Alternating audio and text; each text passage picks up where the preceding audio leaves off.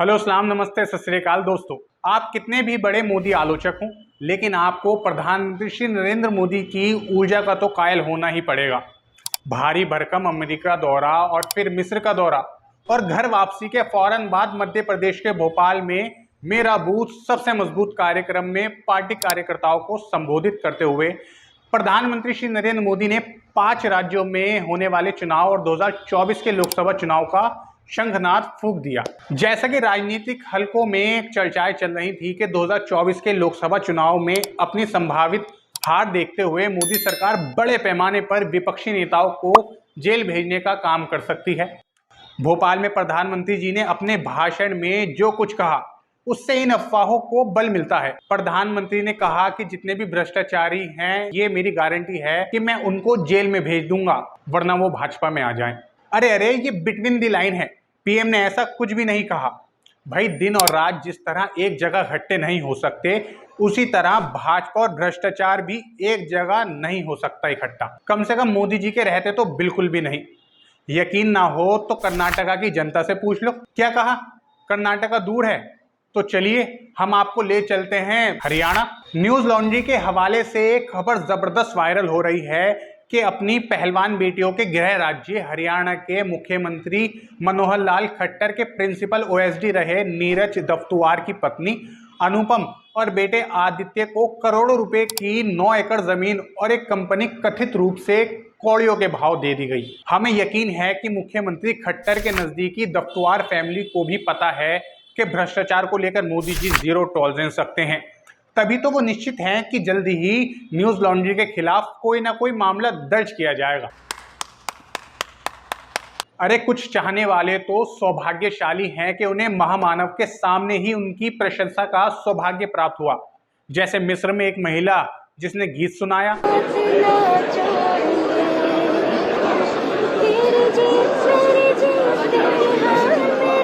लेकिन कुछ ऐसे भी थे जिन्हें विश्वास था कि महामानव के अवतरित होने से पहले ही वो इस दुनिया से जा चुके होंगे।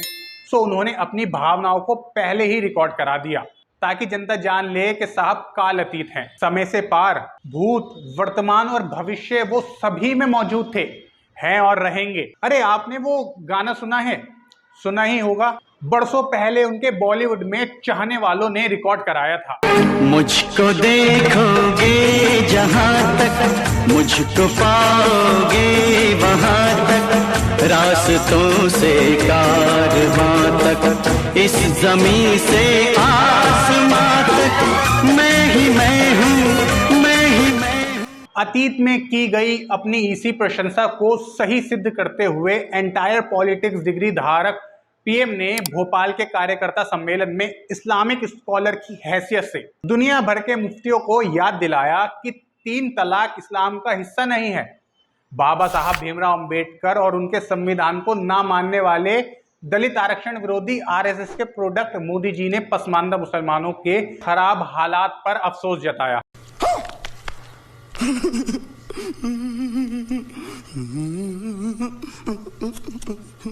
साथ ही यूनिफॉर्म सिविल कोड पर बोलते हुए कहा कि एक देश में 2 कानून नहीं चलेंगे। यानी ये तो तय हो गया कि अब जल्दी ही संविधान द्वारा नागालैंड सहित सभी राज्यों को दिए गए अधिकार छीन लिए जाएंगे, जबकि संविधान की धारा 371A के अनुसार नागाओं की धार्मिक सामाजिक प्रथाओं पर भारतीय संसद का कोई भी कानून नहीं चलेगा।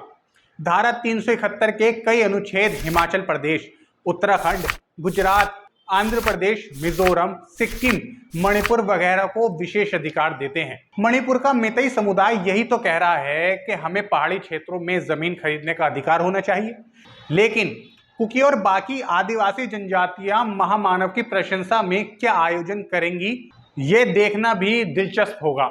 वीडियो के आखिर में हम अपने दर्शकों से यही कहना चाहेंगे कि नेताओं द्वारा चुनावी मौसम में कही जाने वाली बातों को महज जुमले माने, ज्यादा सीरियस लेने की जरूरत नहीं, क्योंकि उनके द्वारा किए गए वादे चुनाव के बाद वो खुद ही भूल जाते हैं। पूरी वीडियो देखने के लिए आप लोगों का बहुत बहुत शुक्रिया।